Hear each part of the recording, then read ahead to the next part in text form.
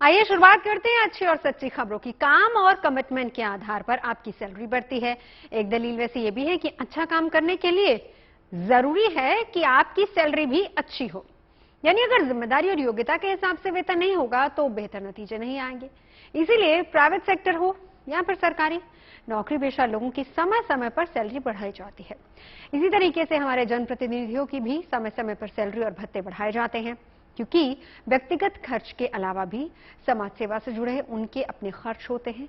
और इसी दलील पर दिल्ली में विधायकों की सैलरी बढ़ाने की मांग अरसे से की जा रही थी। अब अच्छी खबर यह है कि केंद्र की रजामंदी से उनकी सैलरी बढ़ने जा रही है। अभी तक उनको करीब 54,000 रुपए मिलते थे, लेकिन अब 90,000 मिलेंगे।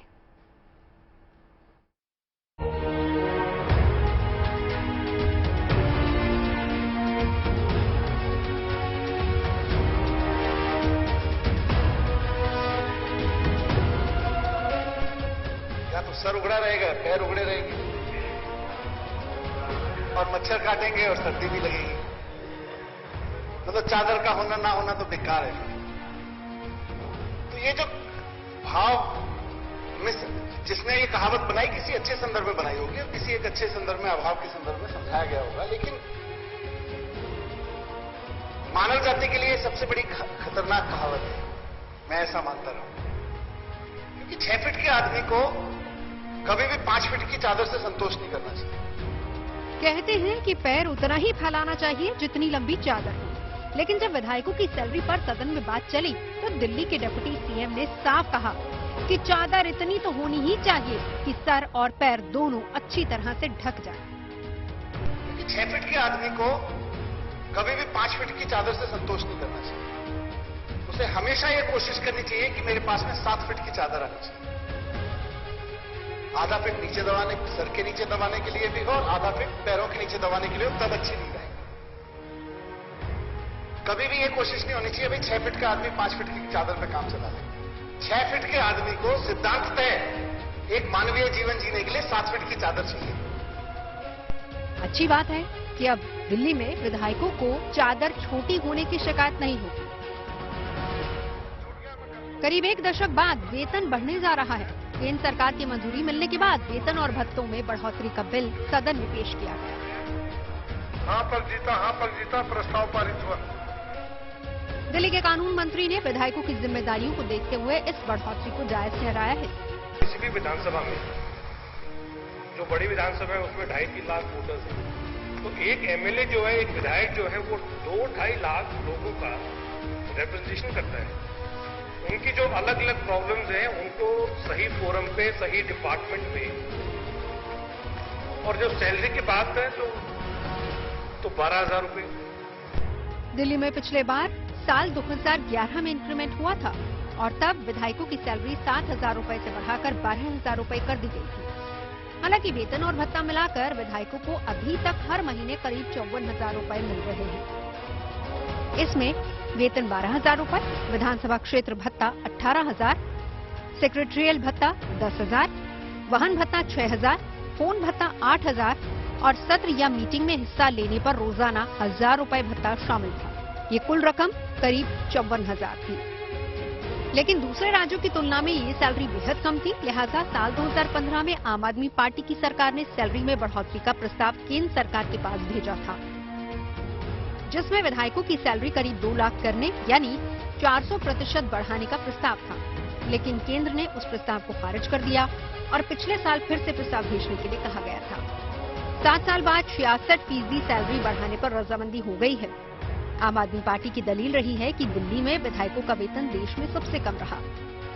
बाकी राज्यों में जैसे कि तेलंगाना के अंदर 2.5 लाख सैलरी है, महाराष्ट्र, उत्तर प्रदेश, जम्मू कश्मीर, हिमाचल, आंध्र प्रदेश, राजस्थान, गोवा, सब जगह जो है सैलरी 1 लाख रुपए से ज्यादा है, कई जगह तो 2 लाख रुपए से ज्यादा सैलरी है। सैलरी के मुद्दे पर दिल्ली विधानसभा में पक्ष और विपक्ष दोनों साथ नजर आए।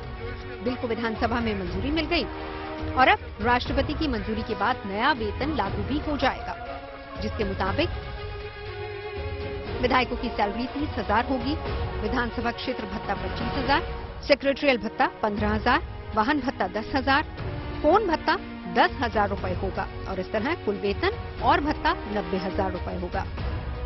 मैं बिल्कुल इस बात से सहमत नहीं हूं कि हमारी इस सदन के लोगों की सैलरी टैलेंट के हिसाब से कि इनका मार्केट वैल्यू कितनी है उसमें आए। अगर मार्केट वैल्यू पे लेना है तो मार्केट में काम कर लो भाई, यहां आने की जरूरत है।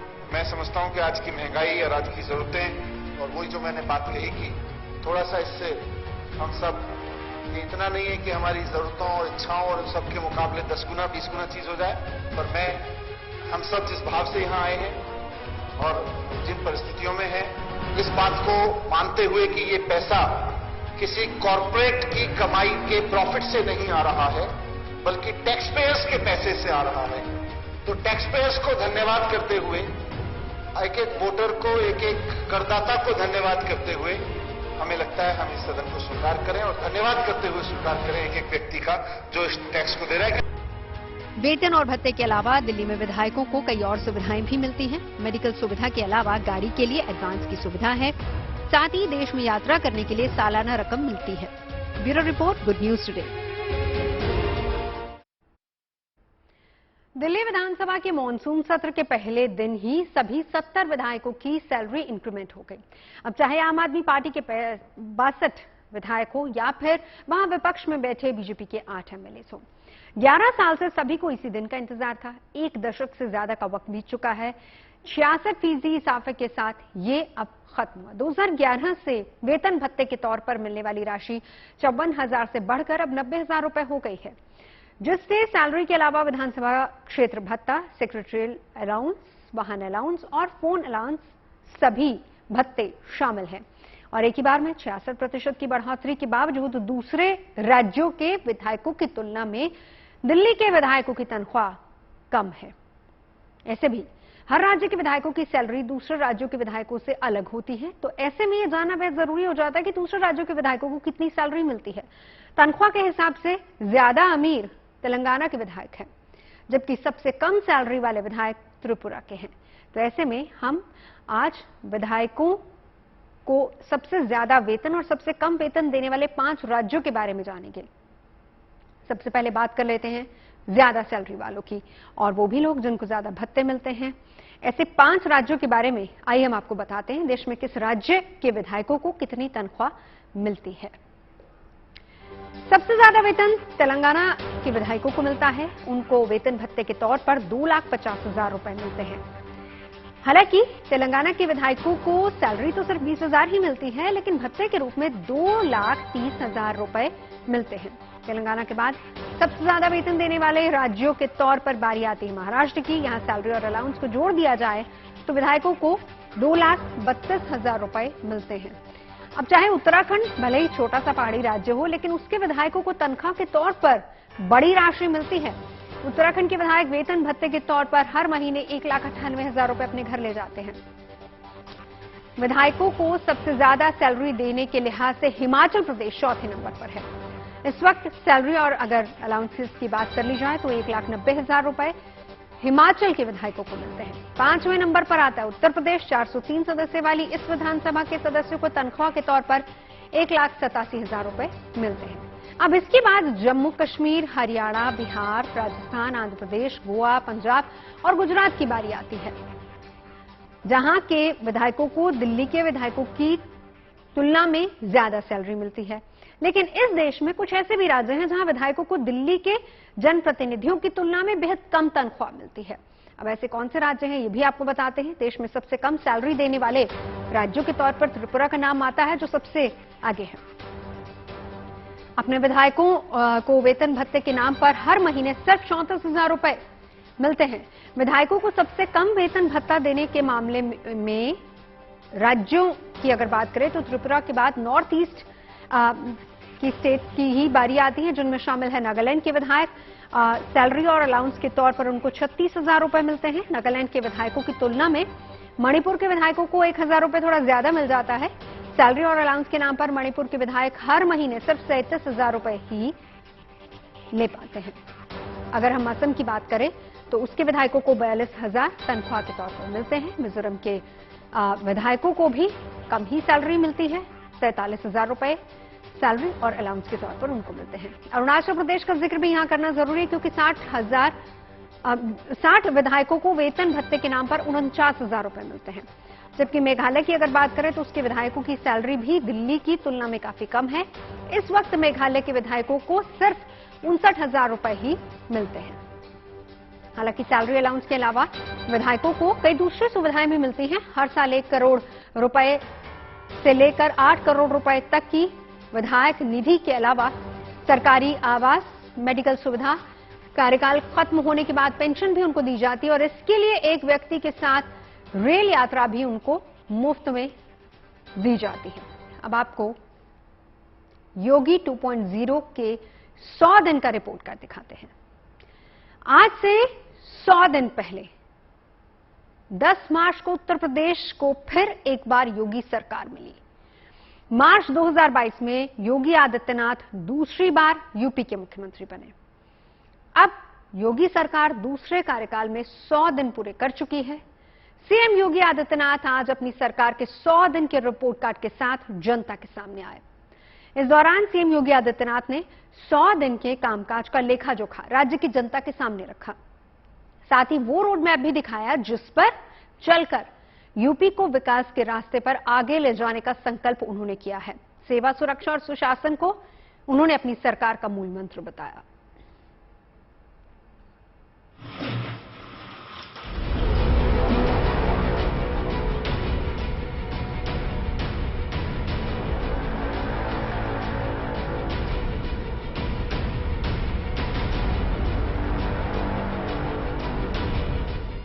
अपनी सरकार के 100 दिन के कार्यकाल का लेखा जोखा लेकर जब उत्तर प्रदेश के मुख्यमंत्री योगी आदित्यनाथ अपने मंत्रिमंडल के साथ सामने आए तो सेवा, सुरक्षा और सुशासन का संदेश दिया।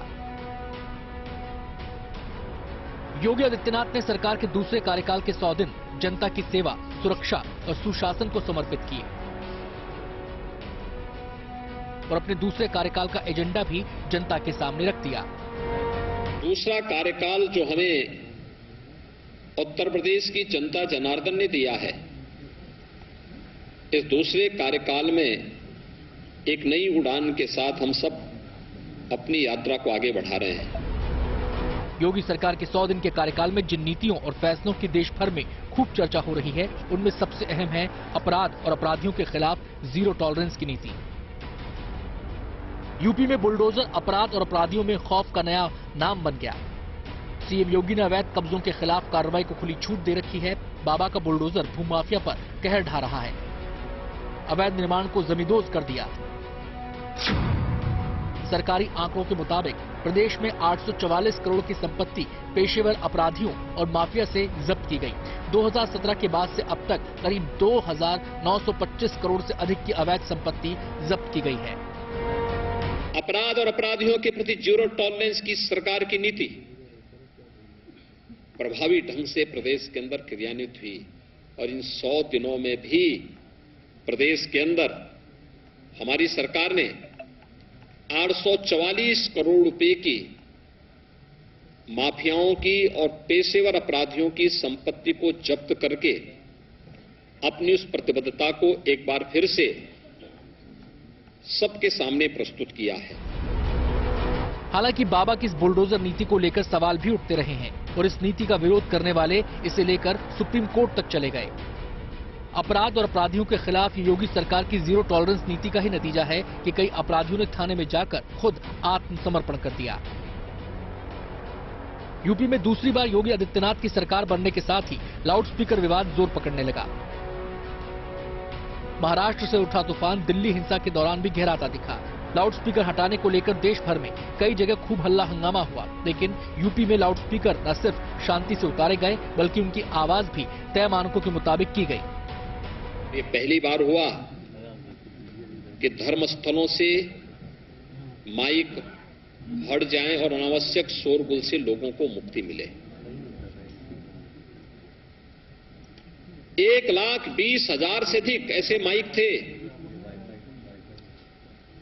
जो या तो हटाए गए या फिर उनकी वॉल्यूम को कम किया गया। कानून व्यवस्था के साथ ही योगी सरकार ने विकास के मोर्चे पर भी ध्यान केंद्रित किया।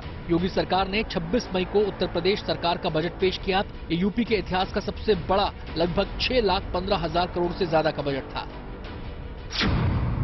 दावा किया जा रहा है कि अर्थव्यवस्था को $1 ट्रिलियन की बनाने के लिए काम तेजी से हो रहा है। यूपी देश में 5 एक्सप्रेसवे वाला पहला राज्य है। पिछले 5 साल में प्रदेश की जीडीपी दोगुनी हुई है। साथ ही प्रति व्यक्ति आय भी दोगुनी के करीब है। प्रदेश में 80,000 करोड़ रुपए की करीब 1400 परियोजनाओं का शिलान्यास किया गया। 1,90,000 नई इकाइयों को स्थापित कर करीब 4 लाख लोगों को रोजगार दिया गया। इन्वेस्टर समिट के जरिए यूपी में लगभग 80,000 करोड़ के निवेश का खाका तैयार किया गया। नोएडा अथॉरिटी में 8,224 करोड़ का निवेश होना है। साथ ही ग्रेटर नोएडा अथॉरिटी में 7,669 करोड़ का निवेश की तैयारी है। यूपी की सत्ता पर दूसरी बार काबिज होने के साथ ही सीएम योगी ने 100 दिनों का एक्शन प्लान बनाने के लिए सभी मंत्रियों के साथ बैठक की थी और निर्देश दिया था कि 100 दिन में हर विभाग को कुछ बातों पर अमल करना होगा। आज जब सीएम योगी अपना रिपोर्ट कार्ड पेश करने आए तो एक बार फिर वही संदेश दिया, सेवा, सुरक्षा और सुशासन। समर श्रीवास्तव के साथ bureau report, good news today. Uttar Pradesh में योगी सरकार 2.0 को 100 दिन पूरे हो गए हैं। योगी आदित्यनाथ ने 25 मार्च को सीएम पद संभाला था, जिसके बाद योगी सरकार ने विभागों को 100 दिन का टारगेट बनाने के लिए कहा और इन 100 दिनों में प्रदेश में हुए विकास का रिपोर्ट कार्ड पेश किया गया, जिसमें सबसे बड़ा मुद्दा प्रदेश के लिए कानून व्यवस्था था और अपराध नियंत्रण की कोशिश पर भी सरकार का जोर रहा। इस दौरान सरकार ने कई बड़े फैसले लिए। पहली कैबिनेट में फ्री राशन स्कीम को बढ़ाने का फैसला लिया गया। सरकार ने इन 100 दिनों में क्या बड़े फैसले लिए हैं, ये हम आपको विस्तार से बताते हैं। तो सबसे पहले योगी सरकार ने इन 100 दिनों में रोजगार से लेकर प्रदेश में निवेश का बड़ा काम किया। इस बार सरकार का नियुक्तियों पर ज्यादा जोर रहा। हम आपको 2.0 के वो फैसले बताते हैं जो लोगों के लिए गुड न्यूज लेकर आए। योगी सरकार बनते ही मंत्रालय ने पुलिस बल के लिए 86 राजपत्रित और 5,295 और राजपत्रित नए पदों को शासन ने मंजूरी दी। इसके अलावा शिक्षा विभाग में नियुक्तियों को तेज करने का भी निर्देश दिया गया। यूपी पीएससी की ओर से पिछले 100 दिनों में 3800 से ज्यादा अभ्यर्थियों का चयन हुआ है। इसमें से 3500 से ज्यादा को नौकरी मिली है। आंगनबाड़ी कार्यकर्ताओं और सह कार्यकर्ताओं को 20,000 पदों पर अगले 6 महीने के अंदर नियुक्ति प्रक्रिया पूरी की जाएगी। प्रदेश में निवेश और रोजगार को बढ़ाने के लिए भी सरकार ने निवेशक सम्मेलन का आयोजन किया, जिसमें करीब 80,000 करोड़ रुपए का निवेश किया है, जिससे करीब 5 लाख लोगों को रोजगार मिलने की उम्मीद है। प्रदेश में पहली बार ई पेंशन योजना की शुरुआत हुई है, जिसके तहत नौकरी पूरी करके रिटायर होने वाले कर्मचारियों को ई पेंशन पोर्टल पर सभी कागजी प्रक्रिया पूरी करने में आसानी होगी। सरकार के मुताबिक इस पोर्टल से करीब 11.5 लाख सरकारी कर्मचारियों को सीधा फायदा भी होगा। यूपी में डेटा सेंटर का हब बनाने की भी तैयारी है। डिजिटल इंडिया के युग में 15,000 करोड़ से 4 नए डेटा सेंटर्स बनाए जा रहे हैं, जिसके तहत 4,000 नौजवानों को जॉब्स मिल पाएंगी। आखिर सत्र में ई विधान लागू किया गया, जिससे सभी विभागों को उनकी जानकारी और फैसले एक ही पोर्टल पर मिल सकेंगे। कोरोना काल में योगी सरकार की ओर से दी जाने वाली मुफ्त राशन योजना को प्रदेश में 3 महीने के लिए और बढ़ा दिया गया और इसके अलावा सरकार ने कैबिनेट बैठक में 15 करोड़ लोगों को लाभ पहुंचाने की योजना भी बनाई है। इसके अलावा सीएम योगी आदित्यनाथ ने दूसरे कार्यकाल की शुरुआत में ही कानून व्यवस्था को पुख्ता बनाने पर जोर दिया।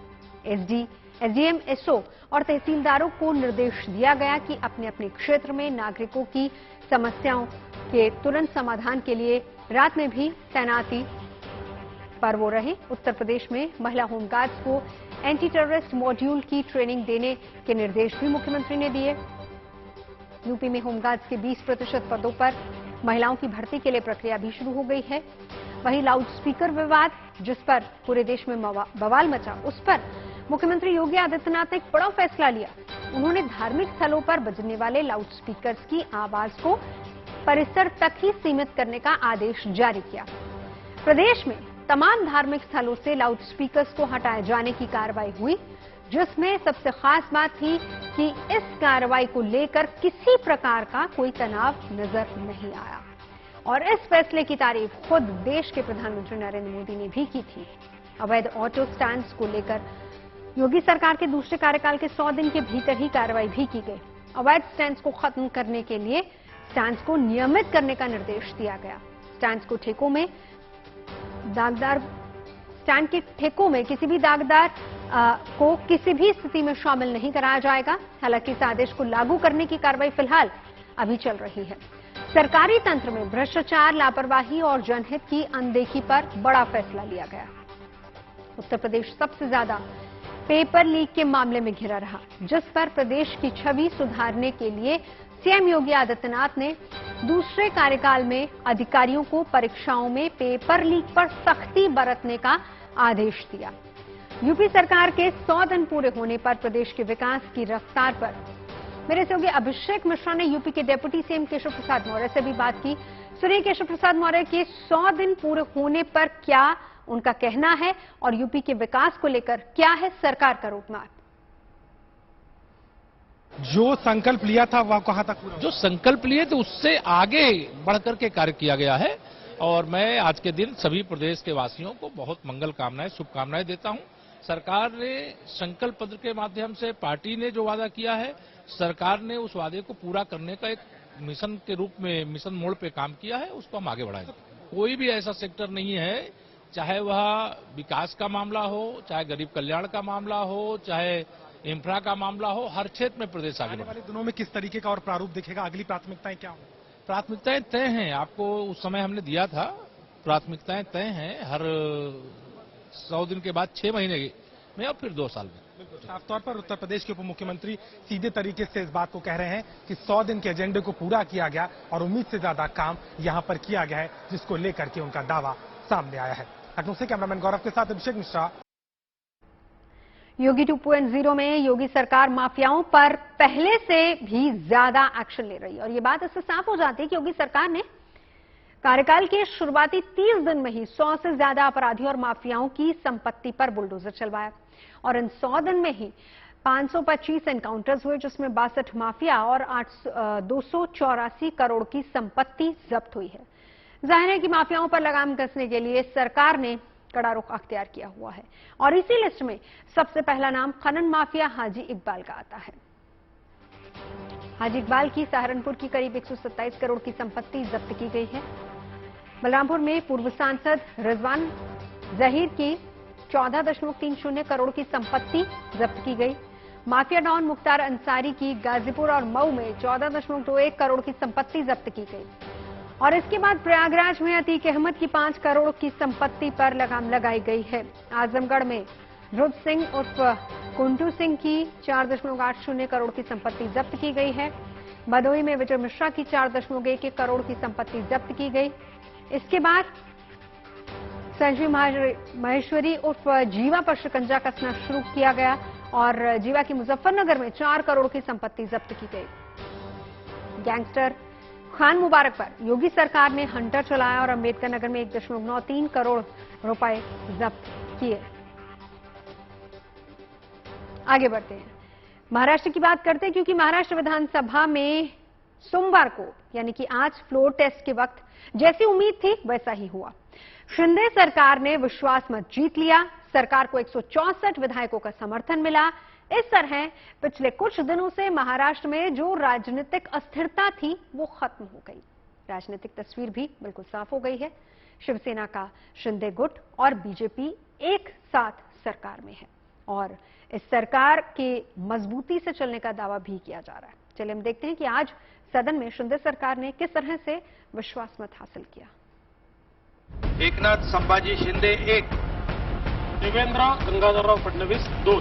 माननीय एकनाथरावजी शिंदे यांचं मनापासून अभिनंदन करतो।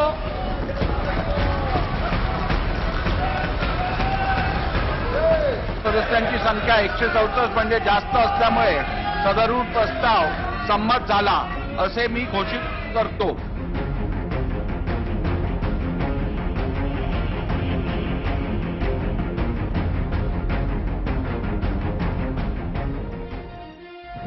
स्पीकर के चुनाव के बाद महाराष्ट्र विधानसभा में बहुमत साबित करना बड़ी चुनौती नहीं रह गई थी और शिंदे सरकार ने आसानी से दूसरा टेस्ट भी पास कर लिया। पक्ष या विपक्ष में खड़े विधायकों का मत जानने के लिए उनके पास जाकर काउंटिंग की गई। उदय रवींद्र सामंत 4। कुल सदस्यांची संख्या 164। शिंदे सरकार के पक्ष में काउंटिंग 1 से शुरू हुई, 50 और 100 से होते हुए 164 तक पहुंची। रत्नाकर माणिकराव गुट्टे 164। जय भगवान बाबा। इसी तरह विपक्ष में खड़े विधायकों के मतों की भी गिनती की गई। अजीत पवार और आदित्य ठाकरे जैसे नेताओं से शुरुआत हुई। ठाकरे 8 और आगे बढ़ती गई, लेकिन विपक्ष का आंकड़ा 100 तक भी नहीं पहुंच पाया। विपक्ष में 99 वोट पड़े। देवेंद्र महादेवराव भुयार 99। सरकार का आंकड़ा तो बरकरार रहा, यानी स्पीकर के चुनाव में जितने वोट पड़े थे उतने ही वोट सरकार के विश्वास मत में भी पड़े। लेकिन विपक्ष यहां भी चूक गया। स्पीकर के चुनाव में 108 वोट खिलाफ में पड़े थे, यानी विश्वास मत में 8 विधायक कम पड़ गए। विश्वास मत में जो 8 विधायक कम हुए उनमें कांग्रेस के 5 विधायक बताए जा रहे हैं। बहरहाल महाराष्ट्र विधानसभा में बहुमत के लिए सिर्फ 144 विधायकों की दरकार थी, जबकि शिंदे सरकार को उससे 20 ज्यादा वोट मिले हैं। यानी तय है कि सरकार मजबूत है। मुख्यमंत्री एकनाथरावजी शिंदे एक कट्टर शिवसैनिक, शिवसेना प्रमुख वंदनीय बाळासाहेब ठाकरे यांच्या जाज्वल्य विचारांचे पाईक असलेले आणि कर्मावर अढळ निष्ठा असलेले अशा प्रकारचं व्यक्तिमत्व म्हणजे एकनाथरावजी Shinde.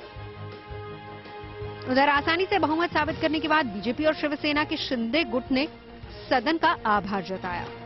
Bureau report, good news today. तो मुख्यमंत्री पद की शपथ लेने के 5 दिन के अंदर एकनाथ शिंदे सरकार ने विधानसभा में बहुमत हासिल कर लिया। महाराष्ट्र में आज कुछ भी हैरान करने जैसी बात नहीं हुई। सब कुछ उम्मीद के मुताबिक ही चल रहा था। एकनाथ शिंदे को फ्लो टेस्ट पास करने में कोई भी दिक्कत नहीं आई। अब हम ये समझते हैं कि महाराष्ट्र विधानसभा में आज हुआ क्या, किसने सरकार के खिलाफ और किसने सरकार के पक्ष में वोट डाला। महाराष्ट्र विधानसभा में कुल 288 सदस्य हैं, पर शिवसेना के एक विधायक रमेश लटके का निधन हो जाने की वजह से फिलहाल 287 विधायक हैं। कुल 287 विधायकों में बहुमत का आंकड़ा 144 है। वोटिंग के दौरान 21 विधायक सदन में नहीं आए, तो कुल विधायकों का आंकड़ा घटकर 266 रह गया। इन 266 विधायकों में से 164 ने शिंदे सरकार के पक्ष में वोट डाला, जबकि 3 विधायक तटस्थ बने रहे, यानी उन्होंने किसी को वोट नहीं दिया। नतीजा ये रहा कि इस विश्वास मत के खिलाफ 99 ही मत पड़े। ये चौंकाने वाले नतीजे थे, क्योंकि कल जब स्पीकर के लिए चुनाव हुए तब महाआघाड़ी के उम्मीदवार को 107 वोट मिले थे। इसीलिए आज भी उम्मीद यही की जा रही थी कि विश्वास मत के खिलाफ भी कम से कम 107 वोट तो पड़ेंगे ही, पर महाआघाड़ी गठबंधन के 8 वोट आज और कम हो गए। अब ऐसा नहीं है कि सारे के सारे विधायक बागी हो गए हैं। अब तक जो जानकारी मिली है उसके मुताबिक इनमें से 4 विधायकों की रेस में अशोक चौहान, विजय वटेदार, एनसीपी के अन्ना बासोडे और एनसीपी के ही संग्राम जगताप देर से विधानसभा पहुंचे, जिस वजह से वो विधानसभा की कार्रवाई में शामिल नहीं हो पाए। बाकी 4 विधायकों का रुख क्या है, ये फिलहाल साफ नहीं हो पाया है। विधानसभा में 2 विधायक नवाब मलिक और अनिल देशमुख इस वक्त जेल में बंद हैं और इसीलिए वो वोट देने नहीं आ सके। ये दोनों महाआघाड़ी से ही हैं, दोनों ही नेता एनसीपी के हैं। बहरहाल संख्या बल शिंदे सरकार के पक्ष में है। सरकार स्थिर और मजबूत नजर आ रही है। कांग्रेस, एनसीपी और शिवसेना का उद्धव गुट फिलहाल साथ है, लेकिन कई जानकार ये भी मान रहे हैं कि सत्ता जाने के बाद विपक्ष की एकता में और दरार पड़ सकती है। फिलहाल अच्छी बात यह है कि महाराष्ट्र में आया सियासी तूफान थम चुका है। महाराष्ट्र की राजनीति में पिछले 15 दिनों में बहुत कुछ बदल गया। महाराष्ट्र को एकनाथ शिंदे के रूप में एक नया चीफ मिनिस्टर मिला। पिछले कुछ दिनों से पूरे महाराष्ट्र की राजनीति गरमाई हुई थी, जब एकनाथ शिंदे और उनके कुछ एमएलए पहले सूरत पहुंचे थे, सूरत से गुवाहाटी गए और गुवाहाटी से गोवा गए।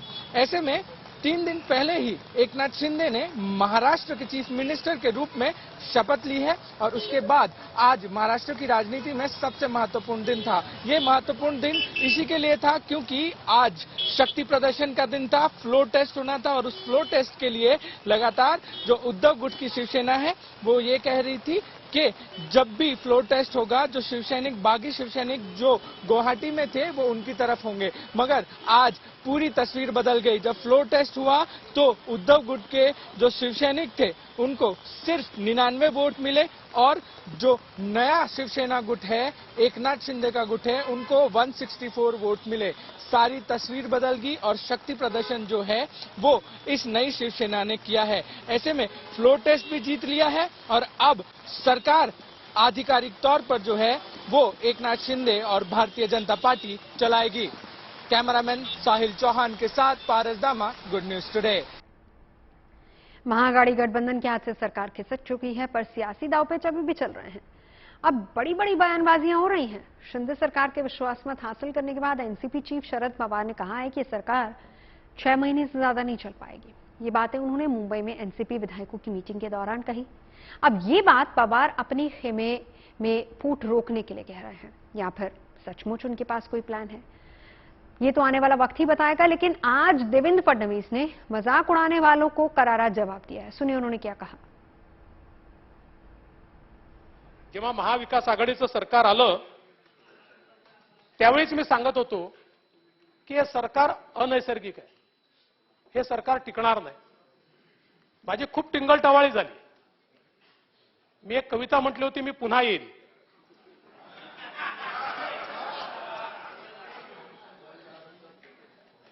त्याच्यावर माझी खूप टिंगलटवाळी अनेकांनी केली, पण मी आलो आणि यांनाही घेऊन आलो, एकटा नाही आलो। आज जब महाराष्ट्र विधानसभा में बहुमत परीक्षण हो रहा था तब एक दिलचस्प बात हुई। विपक्ष सरकार पर तंज कसते हुए ईडी के नारे लगा रहा था। इसके जवाब में फडणवीस ने कहा कि हां ये ईडी की सरकार है, लेकिन उनका क्या मतलब था, सुनिए जरा। काही लोक इकडच्या लोकांवर ईडी ओरडत होते, हे खरंच आहे। ही मंडळी ईडीमुळेच आली आहे, फक्त ती ईडी म्हणजे एकनाथ आणि देवेंद्र आहे।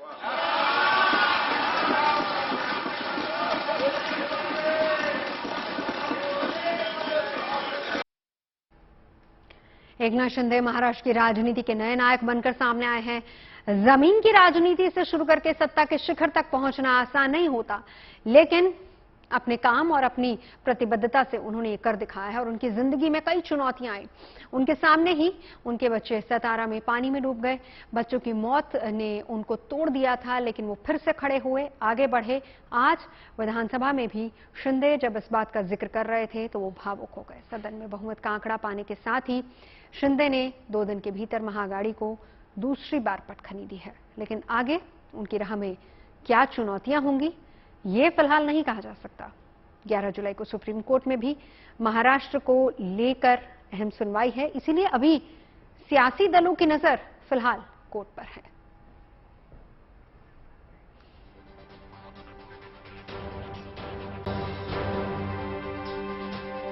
और बात उस मसले की जो हमारी और आपकी सेहत से जुड़ा है, हमारे पर्यावरण से जुड़ा है। सिंगल यूज प्लास्टिक पर बैन लग चुका है। ऐसे में लोगों के जहन में ये सवाल है कि जिन प्लास्टिक की चीजों का इस्तेमाल हम करते थे, सालों से करते आ रहे हैं, उसका विकल्प क्या होगा?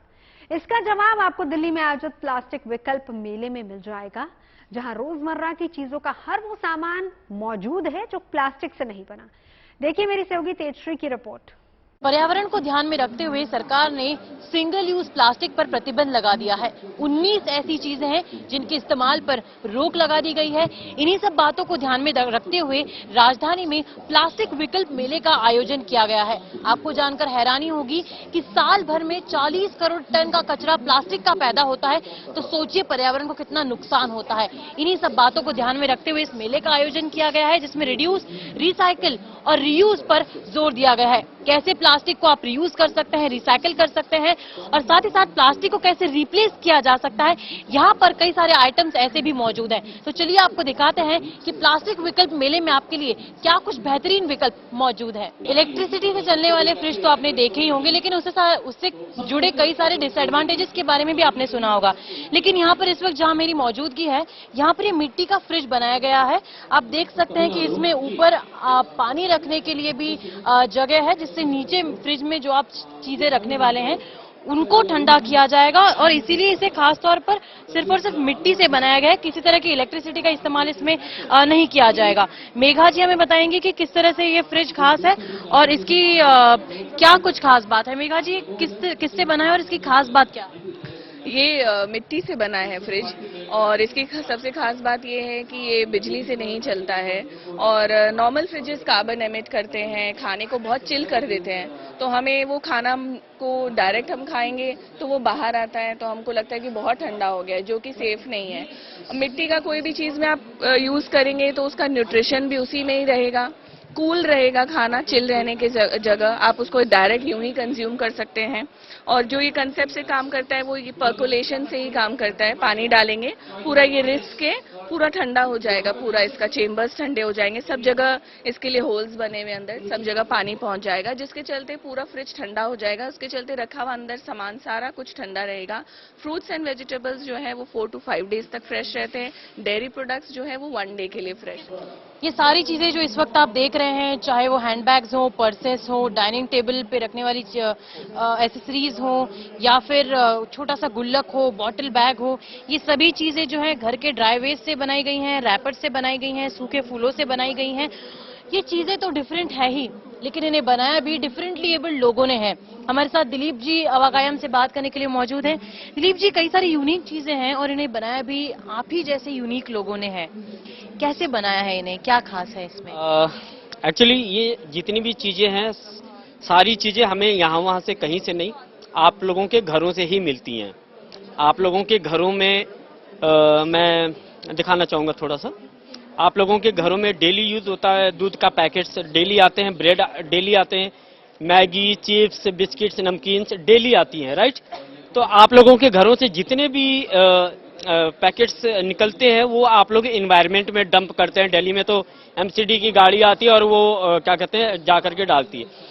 हमारी organisation society for child development के अंडर में जो अवाकायम हमारा ब्रांड है, जिसके अंडर हम काम करते हैं, हम लोगों से रिक्वेस्ट करते हैं कि आप अपने घरों का सारा ड्राई वेस्ट, वो हर तरह का ड्राई वेस्ट हो, जो भी ड्राई वेस्ट निकले आप इकट्ठा कीजिए। जब 5-10 किलो का हो जाए, आप दिल्ली एनसीआर के किसी भी कोने से हो, आप हमारे को कॉल करें, हम आएंगे, फ्री ऑफ कॉस्ट आपके घर का ड्राई वेस्ट लेंगे, उसको रिसाइकल करेंगे। और ये हाँ, ये एक्चुअली हैंडलूम पर इसका वीविंग होता है, क्योंकि मैं मार्केटिंग और सेल्स टीम को देखता हूं, तो इतना। तो देखिए, प्लास्टिक विकल्प मेले में कई ऐसे विकल्प हैं जो इको फ्रेंडली होने के साथ साथ पॉकेट फ्रेंडली भी हैं। और जाहिर सी बात है कि ये सभी चीजें जब आप इस्तेमाल करेंगे तो इससे पर्यावरण तो सुरक्षित होगा ही, लेकिन साथ ही साथ ये सरकार के साथ प्लास्टिक के खिलाफ लड़ने में भी कारगर साबित होगा। वीडियो जर्नलिस्ट दलवीर सिंह के साथ दिल्ली से गुड न्यूज टुडे के लिए तेजश्री पुरंदरे। और अब बात ऑटो रिक्शे वाले के महादान की। जिंदगी और मौत की जंग में 45 साल के एक ऑटो ड्राइवर कारू सिंह की भले ही हार हो गई हो, लेकिन मरकर भी उन्होंने 4 लोगों को नई जिंदगी दी। दिल्ली के एम्स में ऑटो चालक की मौत होने पर परिवार ने उनके अंग दान किए। ऑटो ड्राइवर अपनी बेटी की शादी के लिए रिश्ता देखने 30 जून को बिहार से दिल्ली आए थे, लेकिन 1 जुलाई को रिश्तेदार के घर की छत से गिर गए। एम्स के ट्रॉमा सेंटर में इलाज चला, लेकिन कुछ ही घंटों बाद डॉक्टर्स ने उन्हें दिमागी तौर पर मृत घोषित कर दिया। डॉक्टर और ऑर्गन रिट्रीवल बैंकिंग ऑर्गेनाइजेशन के बताए जाने पर परिवार ने अंगदान का फैसला किया, जिसके बाद ऑटो ड्राइवर के अंगदान से 4 लोगों को नई जिंदगी मिली। 40 साल की एक महिला को उनका हार्ट दिया गया, 62 साल के एक पुरुष को उनका लिवर, और इसी तरीके से उनकी 2 किडनी भी 2 मरीजों की जिंदगी बचाने में काम आई।